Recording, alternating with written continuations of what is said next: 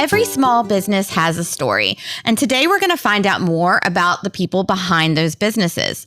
Welcome to Tea Time. I'm Heather Alto with the Central Virginia Business Coalition. And I'm Mike Norfield with Visiting Angels of Lynchburg, America's Choice in Home Care. And today we are going to spill the tea with Marko Galbreath with T4Tactics. Welcome. Thank you. Thanks for having me. Are you ready to have some tea time? I am. I'm ready to spill it. Sweet tea. Awesome. I think I jumped ahead, but yeah, sweet tea. It's got to be sweet tea. We're talking about that off air. Sweet tea. Okay. Great. So tell us the story behind your business, Marko. So a retired police officer, it first started out as firearms training, safety training.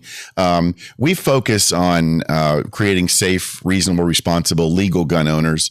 Reasonable is the biggest word there. And then we do active shooter response training for businesses, churches, schools all over the country. So how did you get started in this adventure? Unfortunately, I saw a need for the active shooter. Started 12 years ago, and they were happening quite frequently. I was seeing that people weren't trained. So that was my background, SWAT team, hostage negotiations. I spent most of my career in the major case unit with police investigations. And so I started researching that, transitioning to training people just to be safe. It's workplace violence. I'm careful not to base it on fear or paranoia because it's a scary topic.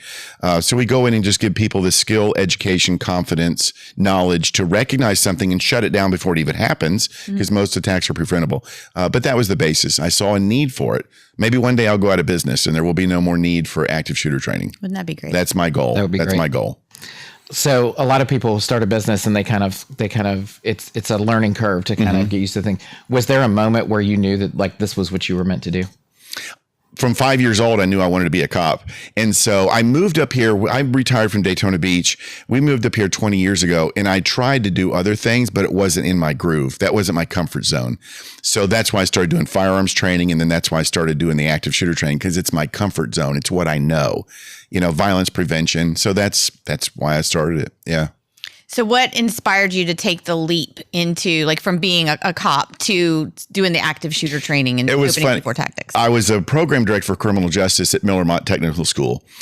and the program director just came to me and said, can you put something together for us for active shooter? And I was clueless. And so I did a lot of research. We put it together. Well, Channel 13 came out and did a story on it. And I started getting phone calls. Can you come out to our business? Can you come out to our church? And I thought, there's a need for this. So that was kind of a blessing that it just fell into place. And I thought there's a need for this because I'm getting phone calls. Right. And so that's where I started. That's where I was always doing the firearms training. But that's where I started thinking probably should do some active shooter training because people are calling for it. Yeah. It's a needed thing. Yeah. Yeah. So what's the biggest challenge that you faced in running your business in Central Virginia? People denying it. They don't think it will. I've interviewed 91 people, 17 of the worst attacks we've ever seen. And I've gone all over the country interviewing victims, witnesses, survivors, law enforcement. And I always hear, I didn't think it would happen here, during that interview. Didn't think it would happen to me. Didn't think it would happen at my church. And so that's what I find in this area, especially this area. Most of my business is out of state. But this area it won't happen here. Right. And we don't want to live in fear or paranoia, but it's not living in fear or paranoia. It's just having a plan and being aware that these things happen. And how are we going to react when it happens? How's your body going to react? Your heart rate? Yeah.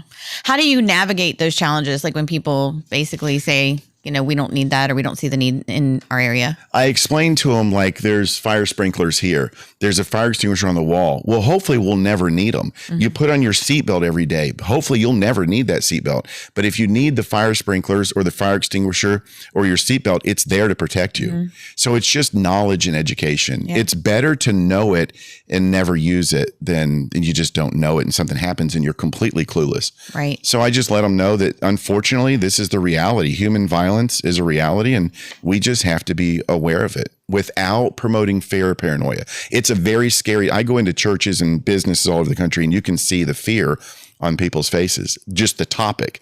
So very careful not to push fear. That's not what it's about. It's just knowledge. Education is power. Yeah. What keeps you pushing forward and keep doing what you're doing? Just my passion for helping people.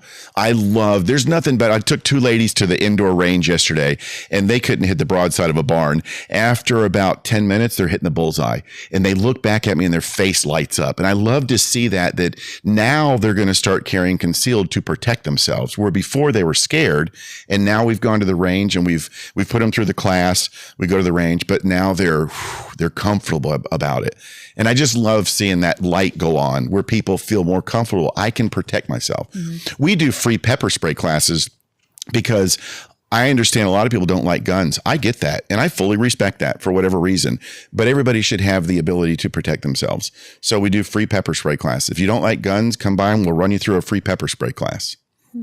So why Central Virginia? Why build your business here in our area? We moved here. And so I grew up in Daytona Beach. At the beach, it's hot down there. It is hot and miserably humid. Of course, It's cold here today, 32 outside and windy.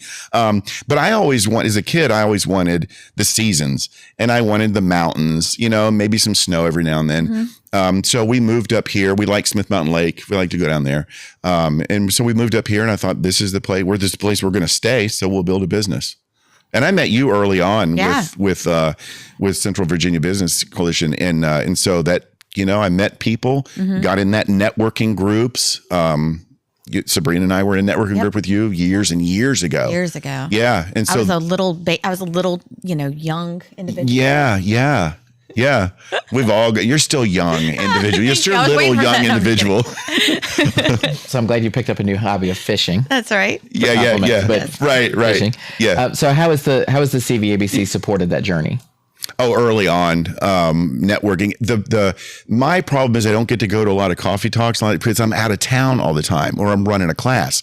But it's the networking. Heather's been huge with supporting me, but it's the networking and running classes and just having that ability, not only for my business, but there are people in her organization that I can reach out to and say, you know what, I met this person at a coffee talk and they do this service. I can use them because I've met them. And it's hard to call a service provider and you have no idea who they are and they don't know you. Yeah. Now I can put a face with them. So what do you appreciate most about local business and, dealing with local? I'm huge. I don't like to support corporate because that money's going out of state. I like local business because when I write that check or give them my credit card or whatever, it's going to stay here. Mm-hmm. And that's going to support the soccer league, the T-ball, the schools, local business. But I'm really big. I'll go out of my way to go local because I'm a local business. But I think the money should stay in our community mm-hmm. and build our community. Yeah, I agree. Sorry, are you ready for some quick fire tea questions? Yes. All right, so we already know the answer to this one. Sweet tea, unsweet, or something fancy? Sweet tea. What's your favorite local business other than your own? I like Remington Ranch. They do local beef, chicken, all kinds of meats. But again, I don't think I've bought meat from the grocery store in years. I like that local grass-fed natural. In Remington Ranch, he's law enforcement with Lynchburg PD. His wife is retired from Campbell County Sheriff's Department, but they're at the Lynchburg market every Saturday morning. But I just like the clean product. Yeah. Awesome. They're good people. All right. What's the best business advice you've ever given or received? Wow. I've made a lot of mistakes and successes and failures in my business. I would probably say keep pushing forward. Don't let anything get you down. Just keep pushing forward. What gives me energy and what fires me up is when I have a competitor come up or something against me, that just gives me more pressure, more I guess, to push harder and keep marketing and keep doing what I'm doing. I like the competition. Awesome. So I would say advice is don't let anything get you down. You're going to have potholes in the road. You either go around it or go over it and bounce right back. Yeah. Don't get discouraged. Great advice. Okay. What's a myth about your industry? That I want to have everybody to shoot everybody. It is. And that's why I focus on, in my gun classes, I say the last thing you want to do is shoot somebody. So the myth is that I teach people how to shoot somebody. I hear that all the time. And that's That couldn't be further from the truth. That's the last thing you want to do. Your brain is your most powerful self-defense tool. So we want to, you can carry pepper spray, taser, stun gun, a gun, martial arts, but the last thing you want to do is use any of that. Don't put yourself in a situation to have to use that in the first place. Right. Yeah. But that's the myth is you teach people how to shoot people. No, I don't. No, that's not fun. What is one thing you wish you had known before you started your business? Taxes, how to do taxes. That's tough. That's tough. Had some learning curves with that. Retail taxes, payroll, quarterly taxes, all that stuff. Taxes, was probably and then where to advertise and where not to advertise. I have a tough business because of what I do. So not all advertising works for me. So I found that word of mouth and networking groups work best for me. I just don't get a lot from TV and other media advertising. Just because of what I do. It's a very specific group. Okay. Yeah. How can people best support or connect with your business? They can come out and take my classes. They can talk about me. And if they want to reach out to me, my website is T4Tactics. It's the letter T, the number 4, tactics.com. I'm a one-man show, so I like that because I can control everything that's said. And I know if something is said to a client, it came from me, and I can stand behind that. And you also have a TikTok. Yes. Because I saw your TikTok the other day. You had just gotten back, I think, from San Francisco. You talked about them and that. Yeah. But you were talking about when you go to a store, how you like to park farther out and you like to have your driver door facing the store. Yes. I don't know if you noticed or not. I parked a little farther out today. My driver's door was facing the door. All right, because I'm going to check. Then you upped me on one because you parked farther out. Yes. Which facing the building. So I was okay, so he does what he says. Right. Right.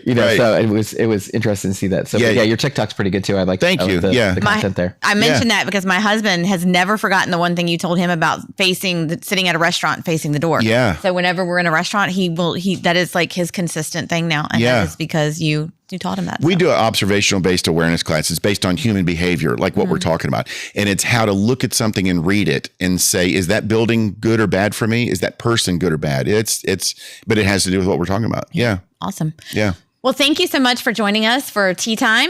If you would like to find out more information about the Central Virginia Business Coalition, our members, events, or how you can join us here on Tea Time and spill the tea with us, you can go to www.cvabc.org.